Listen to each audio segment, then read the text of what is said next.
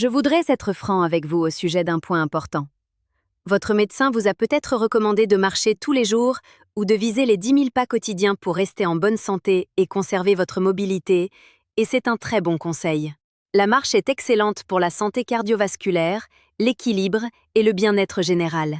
Mais si votre objectif spécifique est de développer votre masse musculaire et de lutter contre la perte musculaire liée à l'âge, la marche seule ne suffira pas. Laissez-moi vous expliquer pourquoi et, surtout, ce que vous pouvez faire pour y remédier. En vieillissant, notre corps réagit différemment à l'exercice physique par rapport à quand on était plus jeune.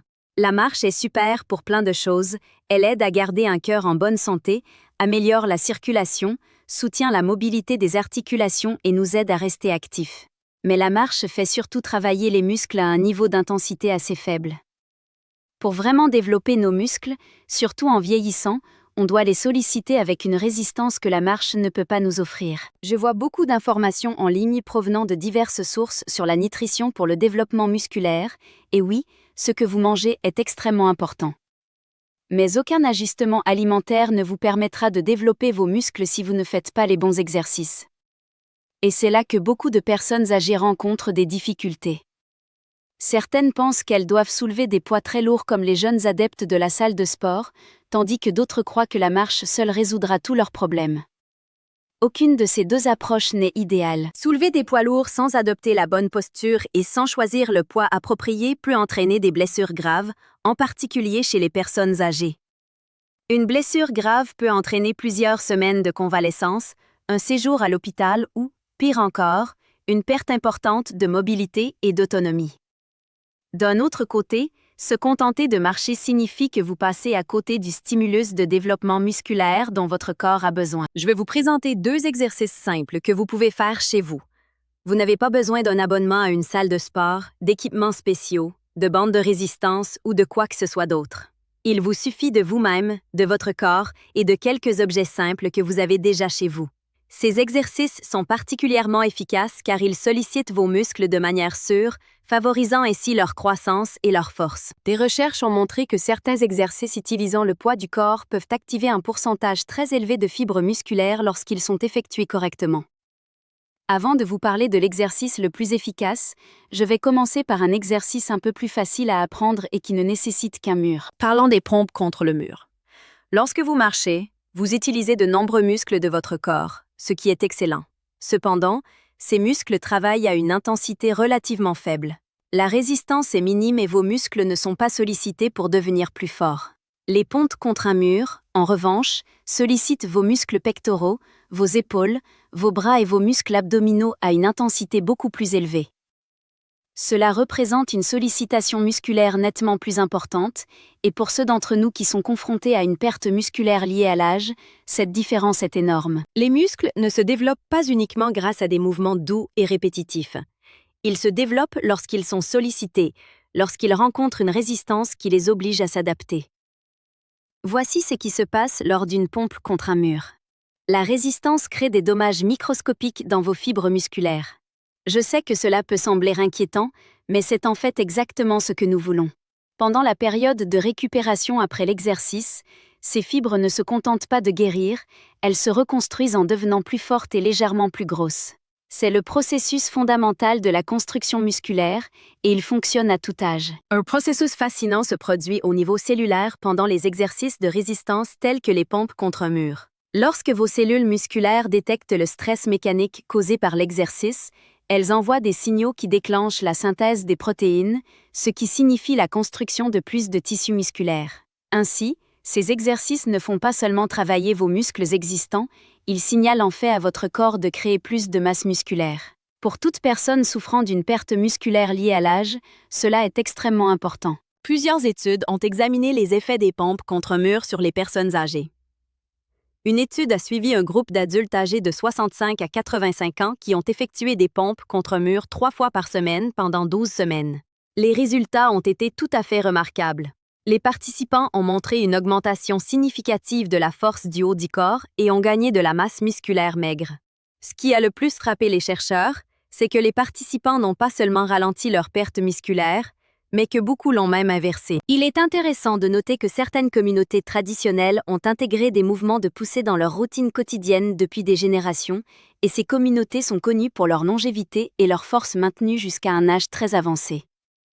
À l'origine, ces mouvements n'étaient pas conçus comme des exercices, mais ils sont devenus une pratique culturelle parce que les gens ont remarqué qu'ils aidaient à maintenir la force et la vitalité. Je vais vous expliquer comment effectuer correctement des pompes contre un mur. Tenez-vous debout face à un mur, à environ un bras de distance. Placez vos paumes à plat contre le mur à hauteur des épaules, les doigts pointés vers le haut. Vos pieds doivent être fermement ancrés au sol, écartés d'environ la largeur des hanches pour plus de stabilité. La clé est de garder votre corps en ligne droite, de la tête au talon.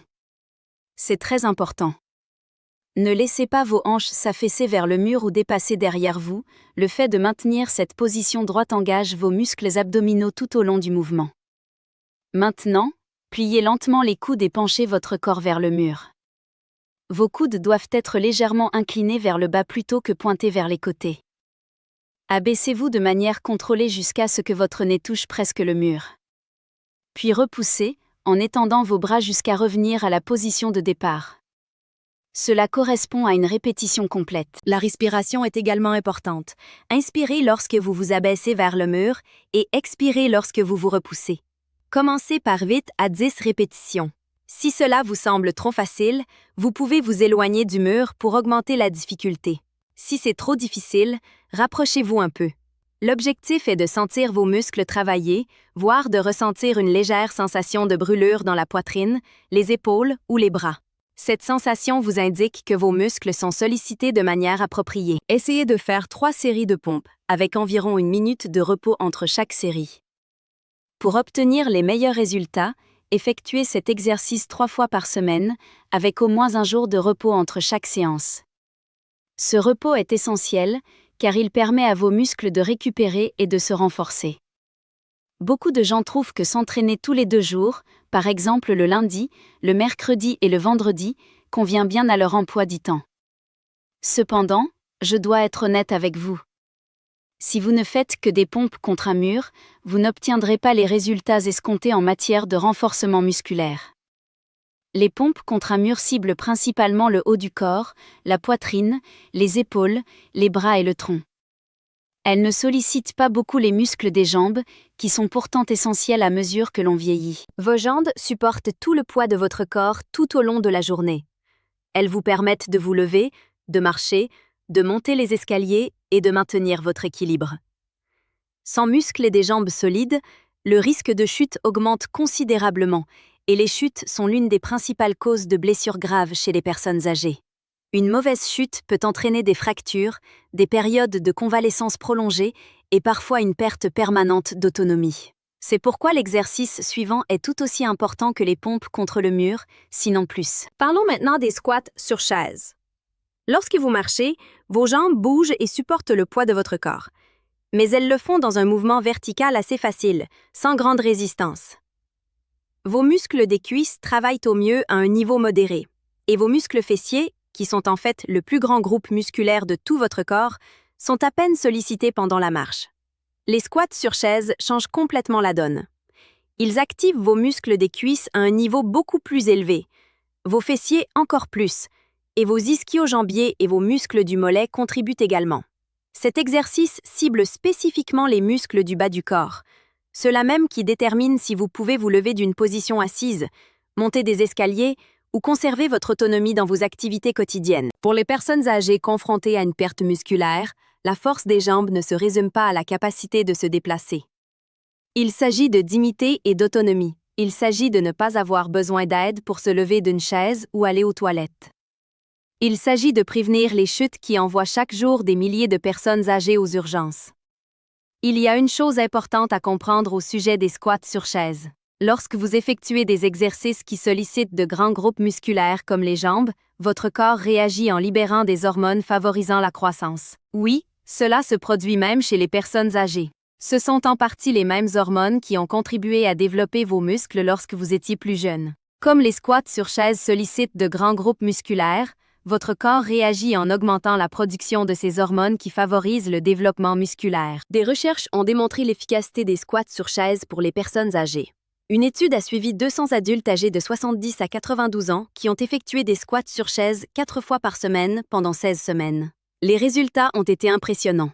Les participants ont gagné en moyenne plusieurs kilos de masse musculaire maigre au niveau des jambes et ont considérablement amélioré leur capacité à se lever d'une position assise. Leur équilibre s'est considérablement amélioré et leur risque de chute a diminué d'environ moitié. De nombreux participants qui ont commencé l'étude en utilisant des aides à la marche ont pu marcher sans aide dès la 10e semaine. Il existe dans le monde entier des communautés réputées pour leur longévité exceptionnelle, où des mouvements similaires font partie de la vie quotidienne depuis des siècles. Dans certains de ces endroits, les mouvements de squat réguliers sont intégrés dans les routines quotidiennes et il n'est pas rare de voir des personnes de 90 ans et plus effectuer ces mouvements avec une aisance et une force surprenantes. Laissez-moi vous expliquer exactement comment effectuer des squats sur chaise de manière sûre et efficace. Trouvez une chaise solide et stable qui ne glisse pas et ne bascule pas. Placez-la derrière vous. Tenez-vous debout directement devant la chaise, les pieds écartés de la largeur des épaules et les orteils légèrement tournés vers l'extérieur. Tendez les bras devant vous à hauteur des épaules. Cela vous aidera à garder l'équilibre. C'est votre position de départ. Maintenant, imaginez que vous êtes sur le point de vous asseoir, mais que vous bougez au ralenti. C'est important pour le contrôle et la sécurité. Commencez à vous abaisser en poussant d'abord vos hanches vers l'arrière, comme si vous vouliez atteindre la chaise derrière vous. Laissez vos genoux se plier naturellement pendant que vous descendez, mais veillez à ce qu'ils restent alignés avec vos orteils. Ne laissez jamais vos genoux se replier vers l'intérieur. Descendez jusqu'à ce que vos fesses touchent à peine la chaise. Le contact doit être le plus léger possible, ne vous affalez pas sur le siège. Dès que vous sentez ce contact, marquez une pause d'une demi-seconde, puis poussez sur vos talons. Appuyez vos pieds sur le sol et relevez-vous. En haut du mouvement, contractez vos fessiers, les muscles de vos fesses. Tout au long de ce mouvement, gardez la poitrine relevée et le regard droit devant vous, sans baisser les yeux vers le sol. Votre poids doit rester sur vos talons et le milieu de vos pieds, sans jamais se déplacer vers l'avant sur vos orteils. Commencez par 10 à 12 répétitions. Si vous avez besoin de vous asseoir complètement entre les répétitions pour vous reposer, ce n'est pas grave. Il n'y a aucune honte à progresser graduellement. Effectuez 3 séries avec environ 90 secondes de repos entre chaque série. Pour une croissance musculaire et un développement de la force optimaux, essayez de faire cet exercice 4 fois par semaine.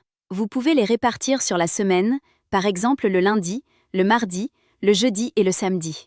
La fréquence légèrement plus élevée par rapport aux pompes contre le mur est intentionnelle, car les muscles des jambes ont tendance à récupérer plus rapidement et peuvent supporter un entraînement plus fréquent. Maintenant, je dois aborder un point crucial. Ces exercices seront beaucoup moins efficaces, voire contre-productifs, si vous effectuez également certains autres exercices couramment recommandés, mais qui peuvent en réalité être nocifs pour les personnes âgées. Je vais vous présenter 3 exercices à éviter. Le premier exercice à éviter est les abdominaux traditionnels ou les crunchs.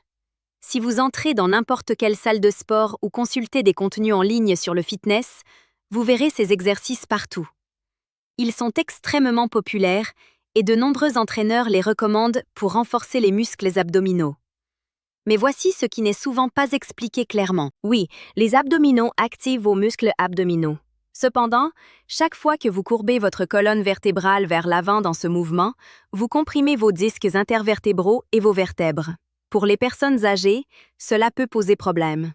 La flexion répétitive vers l'avant sollicite le bas du dos, crée une tension dans le cou lorsque vous tirez la tête vers l'avant et n'apporte que très peu de force fonctionnelle pour les mouvements dont vous avez réellement besoin dans la vie quotidienne. Lorsque vous vous blessez au dos ou au cou en faisant des abdominaux, vous ne pouvez plus faire d'exercice du tout. Cette blessure devient un obstacle à tout le travail de renforcement musculaire que vous essayez de faire.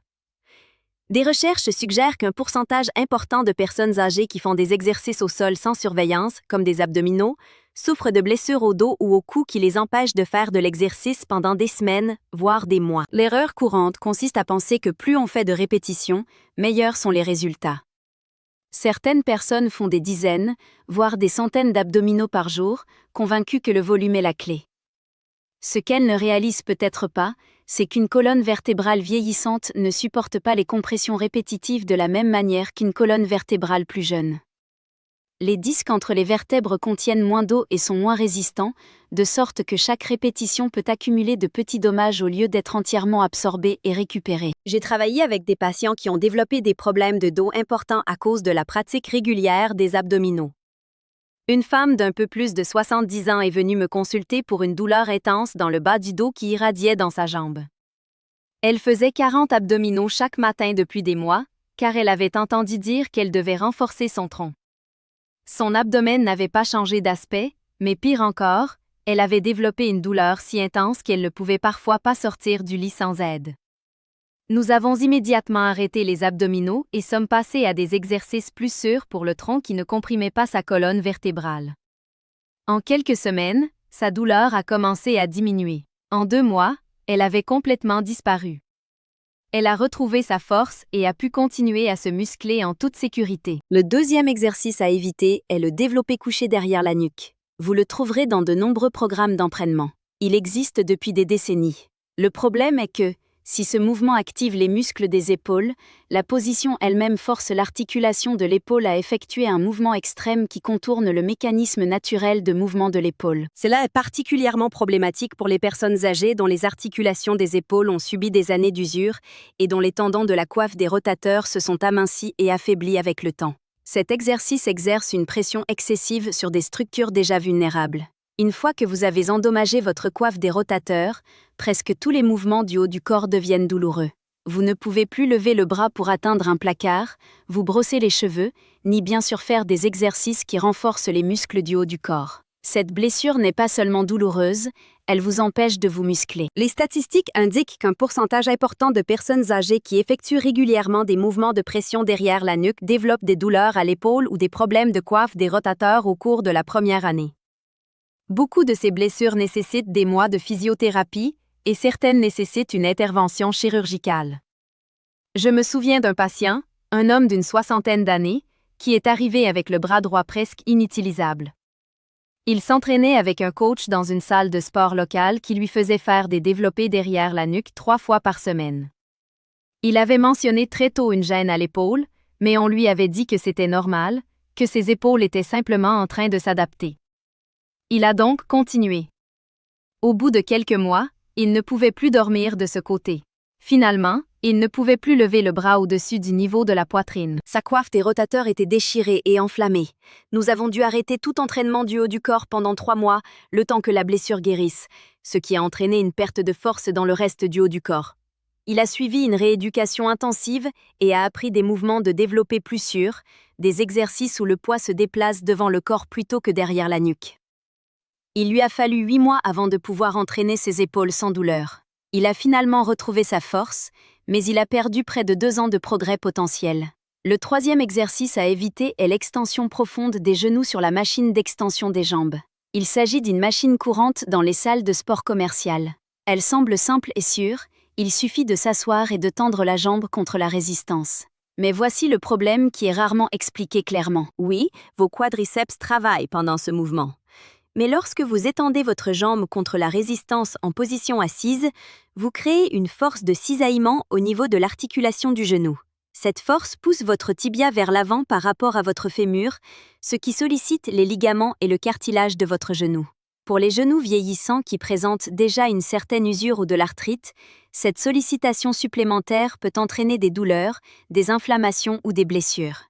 L'ironie est qu'une fois vos genoux endommagés, vous ne pouvez plus faire efficacement d'exercice pour le bas du corps. Vos jambes sont essentielles pour presque tous les aspects de la vie autonome et les blessures aux genoux peuvent être particulièrement limitantes. Ce que beaucoup de gens ignorent, c'est que la machine d'extension des jambes a été initialement conçue pour la rééducation de blessures spécifiques aux genoux dans le cadre d'une kinésithérapie supervisée. Elle n'a jamais été conçue comme un outil de musculation générale pour les personnes ayant des articulations vieillissantes, surtout pas avec des poids lourds ou des répétitions nombreuses. Mais ce contexte est rarement fourni dans les salles de sport commerciales. Si vous souhaitez sérieusement développer vos muscles et éviter les blessures, il vaut mieux éviter ces 3 exercices, les abdominaux, les développés derrière la nuque et les machines d'extension des jambes. Concentrez-vous plutôt sur les 2 exercices que j'ai partagés, les pompes contre le mur et les squats sur chaise. Ceux-ci fournissent un stimulus efficace pour le développement musculaire sans risques inutiles. Maintenant, je dois partager avec vous une autre information cruciale. L'exercice physique seul, même s'il est parfait, ne permettra pas de développer vos muscles si vous ne l'accompagnez pas d'une alimentation adéquate. La vérité sur le développement musculaire, c'est que votre alimentation joue un rôle essentiel dans vos résultats. Vous pouvez faire des pompes contre le mur et des squats sur chaise parfaite tous les jours, mais si vous ne fournissez pas à vos muscles les protéines et autres nutriments dont ils ont besoin pour se réparer et se développer, vous n'obtiendrez pas les résultats escomptés. Les protéines sont les éléments constitutifs du tissu musculaire. Lorsque vous faites de l'exercice, en particulier des exercices de résistance, vous créez les micro-lésions dont nous avons parlé précédemment. Votre corps a alors besoin de protéines pour réparer ces lésions et reconstruire des muscles plus forts. Sans un apport suffisant en protéines dans votre alimentation, ce processus de réparation et de croissance ne peut tout simplement pas se dérouler efficacement. De nombreuses personnes âgées ne consomment pas suffisamment de protéines. Cela s'explique parfois par une diminution de l'appétit avec l'âge, parfois, cela est dû à des habitudes alimentaires prises il y a des années, lorsque les recommandations en matière de protéines étaient différentes. Parfois, c'est simplement parce que les aliments riches en protéines peuvent être plus chers ou nécessiter plus de préparation. Mais un apport insuffisant en protéines est l'un des principaux obstacles au maintien et au développement musculaire à mesure que nous vieillissons. La bonne nouvelle, c'est qu'avec un peu d'organisation, il n'est pas compliqué ni coûteux de consommer suffisamment de protéines. Chaque repas doit inclure une bonne source de protéines. Le petit déjeuner peut comprendre des œufs, du yaourt grec ou du fromage blanc. Le déjeuner et le dîner peuvent comprendre du poulet, du poisson, du bœuf maigre, des haricots, des lentilles ou du tofu. Les collations peuvent inclure des noix, du fromage ou des smoothies riches en protéines. La quantité spécifique de protéines dont vous avez besoin varie en fonction de votre poids corporel et de votre niveau d'activité, mais des recherches suggèrent que les personnes âgées qui font de l'exercice pour développer leur masse musculaire ont besoin de plus de protéines que les recommandations standards. Une règle générale consiste à viser une bonne portion de protéines à chaque repas, répartie tout au long de la journée plutôt que d'un seul coup. Au-delà des protéines, votre alimentation globale est également importante. Vous avez besoin d'un apport calorique suffisant pour soutenir la croissance musculaire, sans pour autant prendre trop de graisse, mais suffisamment pour que votre corps ait l'énergie nécessaire pour développer ses muscles. Vous avez besoin de glucides pour alimenter vos entraînements et votre récupération. Vous avez besoin de graisses saines pour la production d'hormones et votre santé globale. Vous avez besoin de vitamines et de minéraux, en particulier de vitamine D et de calcium pour la santé osseuse, et de diverses vitamines B pour le métabolisme énergétique. L'hydratation est souvent négligée, mais elle est d'une importance capitale. Vos muscles sont en grande partie composés d'eau, et la déshydratation peut nuire à la fois à vos performances physiques et à votre récupération. Essayez de boire de l'eau tout au long de la journée, et pas seulement pendant l'exercice. Si vous prenez des médicaments, certains peuvent affecter la construction musculaire. Certains médicaments peuvent interférer avec la synthèse des protéines ou provoquer une dégradation musculaire. Si vous prenez des médicaments, il est utile de discuter avec votre médecin pour savoir s'ils peuvent affecter votre capacité à développer vos muscles et s'il existe des alternatives. Le sommeil est un autre facteur crucial. Pendant le sommeil profond, votre corps libère l'hormone de croissance et effectue une grande partie de la réparation et du développement musculaire. Si vous ne bénéficiez pas d'un sommeil suffisant et de qualité, vos efforts de développement musculaire seront compromis. La plupart des adultes ont besoin de 7 à 9 heures de sommeil par nuit, bien que les besoins individuels varient. La gestion du stress est également importante. Le stress chronique augmente le taux de cortisol, une hormone qui peut favoriser la dégradation musculaire. Trouvez des moyens de gérer le stress, que ce soit par la méditation, le yoga doux, le contact avec la nature, les relations sociales ou d'autres méthodes, vous aidera à atteindre vos objectifs de développement musculaire. Il est également important d'être patient et réaliste. Le développement musculaire prend du temps, surtout avec l'âge. Vous ne verrez probablement pas de changement spectaculaire au cours des 2 premières semaines. Mais si vous persévérez, en faisant régulièrement ces exercices, en consommant suffisamment de protéines et d'aliments nutritifs, en dormant suffisamment et en vous hydratant correctement, vous verrez des progrès. Votre force augmentera. Vous remarquerez que les activités quotidiennes deviennent plus faciles. Votre posture s'améliorera peut-être. Votre niveau d'énergie augmentera peut-être. Et oui, avec le temps, vous développerez vos muscles. Ne vous comparez pas aux autres ou à votre moi plus jeune. Le parcours de chacun est différent, et c'est tout à fait normal. Ce qui compte, c'est que vous preniez des mesures pour maintenir et améliorer votre santé et votre force. Je tiens également à souligner l'importance d'être à l'écoute de votre corps. Il est normal et prévisible de ressentir des courbatures un jour ou deux après l'exercice, surtout lorsque vous débutez. Mais une douleur aiguë, une douleur articulaire ou une douleur qui persiste pendant plusieurs jours n'est pas normale et ne doit pas être ignorée. Si vous ressentez une douleur inhabituelle, arrêtez l'exercice et consultez un professionnel de santé. De même, si vous souffrez d'un problème de santé, en particulier d'une maladie cardiaque, d'hypertension artérielle non contrôlée, de problèmes articulaires, ou si vous avez récemment subi une intervention chirurgicale, consultez votre médecin avant de commencer un nouveau programme d'exercice. Ces exercices sont généralement sans danger pour la plupart des gens, mais votre situation personnelle est importante. Au fur et à mesure que vous progressez, vous pouvez augmenter progressivement la difficulté. Avec les pompes contre le mur, plus vous vous éloignez du mur, plus la difficulté augmente. À terme, vous pourrez passer aux pompes avec les mains posées sur un comptoir ou une table solide, ce qui est plus difficile que les pompes contre un mur, mais plus facile que les pompes au sol. Pour les squats sur chaise, vous pourrez éventuellement les faire sans chaise pour plus de sécurité, ajouter une pause en bas du mouvement ou passer à d'autres variantes. Mais rien ne presse. Le simple fait de maintenir votre niveau actuel de force et de masse musculaire à mesure que vous vieillissez est déjà un exploit. Toute amélioration est un bonus. Je tiens également à reconnaître que commencer quelque chose de nouveau, en particulier l'exercice physique, peut être intimidant. Vous pourriez craindre de mal faire, d'avoir l'air ridicule ou de ne pas être assez fort. Ces sentiments sont tout à fait normaux. N'oubliez pas que tous ceux qui font de l'exercice ont commencé quelque part. L'étape la plus importante est simplement de commencer, puis de s'y tenir régulièrement. Envisagez de trouver un partenaire d'entraînement si possible. Il peut s'agir de votre conjoint, d'un ami ou d'un voisin. Faire de l'exercice avec quelqu'un d'autre peut rendre l'activité plus agréable, vous responsabiliser et vous encourager les jours où votre motivation est faible. Suivez vos progrès d'une manière ou d'une autre. Cela peut être aussi simple que de cocher chaque jour où vous faites de l'exercice sur un calendrier, ou vous pouvez tenir un journal plus détaillé du nombre de répétitions que vous avez effectuées. Voir votre constance et vos progrès au fil du temps peut être incroyablement motivant. Célébrez vos succès, aussi modestes soient-ils. Vous avez fait vos exercices 3 jours cette semaine? Cela mérite d'être célébré. Vous avez fait une répétition de plus que la semaine dernière? Excellent progrès. Vous vous êtes levé d'une chaise plus facilement qu'auparavant? C'est tout l'intérêt. N'oubliez pas pourquoi vous faites cela. Il ne s'agit pas d'atteindre une image corporelle idéalisée ou de rivaliser avec les autres. Il s'agit de conserver votre indépendance, votre force, votre capacité à faire ce que vous voulez. Il s'agit de qualité de vie. Il est tout à fait possible de développer sa musculature à un âge avancé.